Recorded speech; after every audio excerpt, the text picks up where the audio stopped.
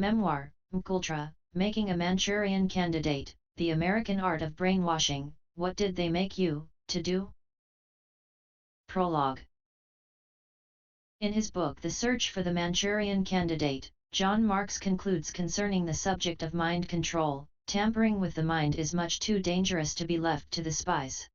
Nor should it be the exclusive province of the behavioral scientists, who have given us cause for suspicion. Take this statement by their most famous member, B.F. Skinner: "My image in some places is of a monster of some kind who wants to pull a string and manipulate people." Nothing could be further from the truth. People are manipulated, I just want them to be manipulated more effectively. Such notions are much more acceptable in prestigious circles than people tend to think. Dr. Ewan Cameron read papers about depatterning with electroshock before meetings of his fellow psychiatrists, and they elected him their president. Human behavior is so important that it must concern us all. The more vigilant we and our representatives are, the less chance we will be unwitting victims. Documenting my elaborate tale of LSD torture beginning at AT&T Bell Laboratories is complicated but true. On the one hand, this story triggers memories and emotions that I would rather suppress. I have to fight my proclivity for anger. On the other hand, LSD opens new doors of perceptions, from the title of an autobiographical book by Aldous Huxley, which discusses his psychedelic experience under the influence of mescaline in May 1953. Also, William Blake quipped, "If the doors of perception were cleansed, everything would appear to man as it is, infinite. For man has closed himself up, till he sees all things through narrow chinks of his cavern." These men are not talking about the physical world as we commonly know it. There is a subtle world behind the veil, not presented to the general public by the media. This subtle world is the crux of this document. Contrary to what AT&T may think, I refuse to put up walls to my perceptions. When I was a child, walking through the Mennonite farmers market near my rural hometown in Pennsylvania, where the barker auctioned off farm animals like rabbits, chickens, sheep, pigs, goats, cows, and horses, I noticed that away from the hurried action of the auction arena, people looked half asleep. Still today, people often appear to shut down when they see me, as if they had a sensory overload, as if I represented a truth they wished rather not to face. I have seen things they have not seen. As the cyborg said in the 1982 film Blade Runner, "I've seen things you people wouldn't believe. Attack ships on fire off the shoulder of Orion.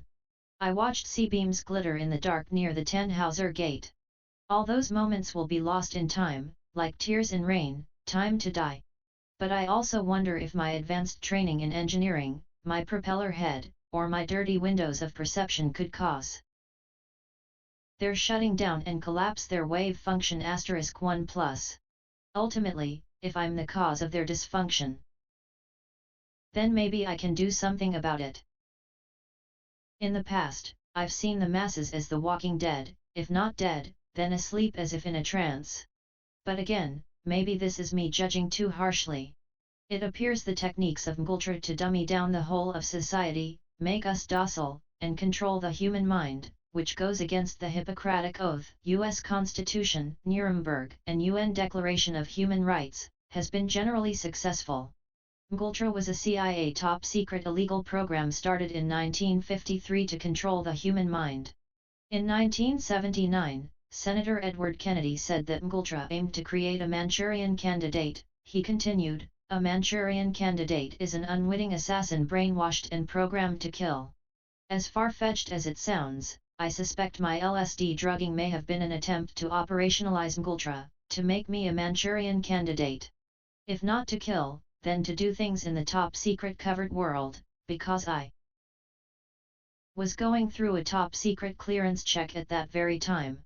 So, as a result of a bloated ego, I shuttle between the self-image of a trained assassin and shaman or a psychic warrior. A book of the same title by David Morehouse, The True Story of America's Foremost Psychic Spy and the Cover-Up of the CIA's Top-Secret Stargate Program, illuminating the dark world of military psychic espionage. mKKKULTRA also explored remote viewing, a way of creating a psychic out-of-body experience, OBE, to visit, view, and spy on locations without regard to time or space. I even heard the Dalai Lama mention remote viewing through an out-of-body experience, but he did not use the same terms. These natural forces are used for good or bad. In biblical terms, my refusal of the dark arts, with Masonic overtones, has gotten me in trouble with those of the satanic side. I refuse to join them in their dark madness. As a result, they have no problem labeling me as crazy in retaliation.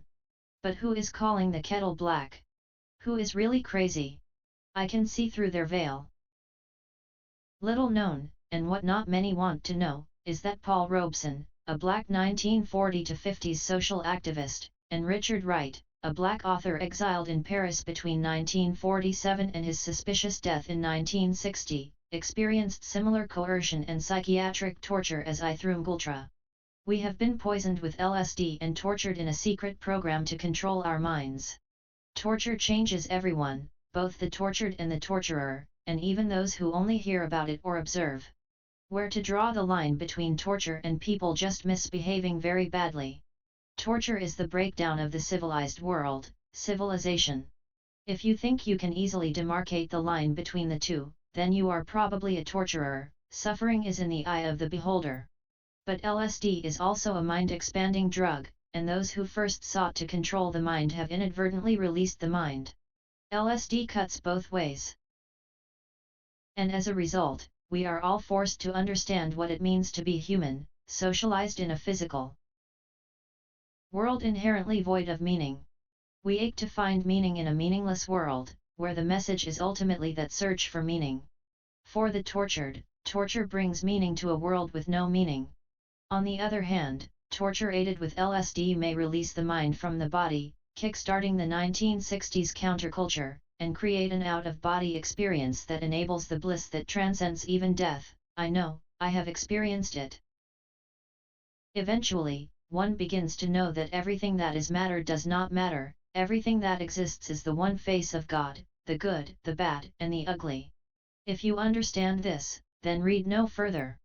This memoir is a trip down my 35-year-long dark rabbit hole, where there is the hope of illumination if you can transcend the physical. Nothing I put in writing here will convey any actual meaning. Language expresses meaning from one person to another. The meaning that I'm talking about comes from looking inside. Symbols of speech do not describe what needs to be said. The ones who speak don't know, those who know don't speak. Understanding will not come from reading this but from being still and experiencing emptiness. Bliss. Meaning comes when everything is taken away. Eric Olson introduced me to this rabbit hole metaphor as the son of a man, Frank Olson, unwittingly poisoned with LSD and possibly killed by the US government in 1953. The CIA said that Frank Olson either fell or jumped from a 13th floor window of the Hotel Statler on 7th Avenue in New York. Frank Olson worked with ex-Nazis, who worked for the United States military developing aerosol anthrax, and agents to aid in interrogations. As the topic of his research, Frank Olson was in the position to know if the United States illegally used biological weapons against North Korea, as some captured American airmen shot down over North Korea claimed. After living in it, Eric Olson should know about this rabbit hole by researching his father's LSD drugging and possible death by the American government for nearly 70 years. There are some government secrets hidden from the American people. Not for national security reasons, for these secrets do not impact foreign governments but the American people. Going down this dark rabbit hole would, by definition, will turn any sane person crazy because it sheds light on a top-secret world that is not acknowledged to exist. The easy thing is for this secret government to discredit you and label you crazy.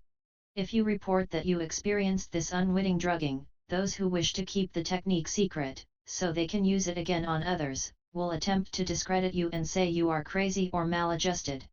My mass communications graduate degree tells me this misinformation technique is used by those in power on the masses worldwide to make everyone a sort of Manchurian candidate, programmed to kill the earth and each other. The soul of the world may be at stake, the battle for the soul of the free world. In 1953, the head of the CIA, Allen Dulles, described a war for the mind. He said he wanted to counter brainwashing in the Cold War used by the Soviets, and America had to get in that dirty business. Now there is a battle for the soul of the world. This was the same year Frank Olson was drugged with LSD by the American government. You must never adjust to injustice. As Dr. Martin Luther King Jr. said, human salvation lies in the hands of the creatively maladjusted. A cult of intelligence crystallizes if you are still and watch the money. Their goal is to keep the public preoccupied so they don't bother to peer beyond the veil. I'm talking about metaphysics. By intelligence, I am not talking about a cult of intelligent people, clearly, just the opposite. Torture also affects the torturer. It is not natural for people to commit these heinous crimes, you must train them and pay them. At the start of the Cold War, after the Intelligence Act of 1947, Congress approved a budget to fight the spread of world communism, creating the CIA, Central Intelligence Agency. The CIA developed interrogation techniques with Project Artichoke on August 20, 1951. Later in 1953, the head of the CIA, Allen Dulles, declared a worldwide battle for the mind. Dulles graduated from Princeton University in 1916, and I graduated with a master's in computer engineering from Princeton in 1981. He gave this speech to the Princeton Alumni Council on April 10, 1953. Dulles approved the mKKKULTRA mind control program 3 days later, on April 13, 1953. From the mKKKULTRA mind control program, the Central Intelligence Agency used what was learned in a later domestic counterintelligence program, Operation Chaos, first approved by President Johnson and later Nixon, which targeted Americans from 1967 to 1974. This continued until the CIA got caught. It is illegal for the CIA to have domestic programs. The CIA spied on and harassed primarily law-abiding American citizens, who protested the Vietnam War, and fought for racial equality and women's rights. Once torturers have a taste for coercion, manipulation, and mind control, they are addicted. These programs never go away. They do morph and go into hiding. Those seeking control and compliance of individuals and the masses change the program's names and hide the budget from the American people. This budget was resurrected again in the 1980s, with Reagan's secret illegal wars in Central America. The Reagan years were the years I was unwittingly drugged and poisoned with LSD at AT&T during lunch before I entered the Air Force Officer Candidate School for the Air National Guard.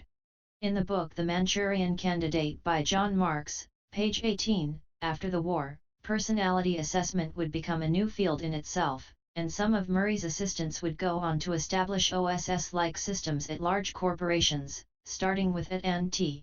In the mid-1980s, the CIA was accused of bringing crack cocaine from the war in Central America and into south-central Los Angeles. This is just one of the ways the CIA and their friends were raising money to support the Contras against the Sandinistas in Nicaragua. Drug running appears to be a standard way to fund off-the-books programs. A 1986 investigation by a subcommittee of the Senate Foreign Relations Committee, the Kerry Committee, found that the Contra drug links included, among other connections, plus payments to drug traffickers by the U.S. State Department of funds authorized by the Congress for humanitarian assistance to the Contras, in some cases after the traffickers had been indicted by federal law enforcement agencies on drug charges, in others while traffickers were under active investigation by these same agencies. This budget rose again in the alleged war on terror.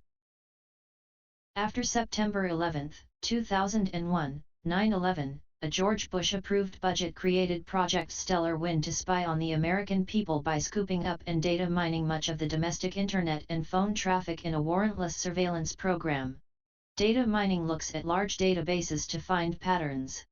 The National Security Agency wanted to find out who was speaking to who. The statistics in data mining began with Bayes' theorem in 1763 and regression analysis in 1805. In 2004, Thomas Tam from the New York Times reported that the NSA, National Security Agency, was spying on American citizens with the help of AT&T under Project Stellar Wind. As I said before, I had worked for AT&T during President Reagan's secret wars in Central America during the mid-1980s, when I was unwittingly drugged with LSD before I entered Air Force National Guard Officer Candidate School. NSA mirrored WorldNet internet traffic at an AT&T network office going into San Francisco and siphoned data into room 641A at 611 Folsom Street, San Francisco. This warrantless surveillance program created under President George Bush continues in some form today. In the 21st century, the dominant world superpower uses mind control, politics of fear, and misinformation to control both the individual and the masses. As a result, the United States plays with basic concepts of human rights and human torture where the end justifies the means. In the future, with global networks and the aid of artificial intelligence, this control will be woven into the fabric of our media communications. As a result, the uninformed masses will learn to love their oppression and normalize it by projecting unconscious microaggressions daily. Some ask, if you had a choice, is it better to be tortured or the torturer? Torture harms both. The physical body and the mind argue for the role of the torturer. The moral high ground argues that it is better to be tortured, urging, "Be the light unto the world." I have learned through my tortured experience that I am God, and so are you. As a result of my LSD torture and remnants of ego, I have a fixed God complex. *1+ from Wikipedia. In quantum mechanics, wave function collapse occurs when a wave function initially in a superposition of several eigenstates reduces to a single eigenstate due to interaction with the external world. This interaction is called an observation, and is the essence of a measurement in quantum mechanics, which connects the wave function with classical observables such as position and momentum. As far as human interactions are concerned, I generalize this to say that before we observe someone, they have multiple possibilities, possibly infinite, but when we watch them, they collapse into this mundane physical reality.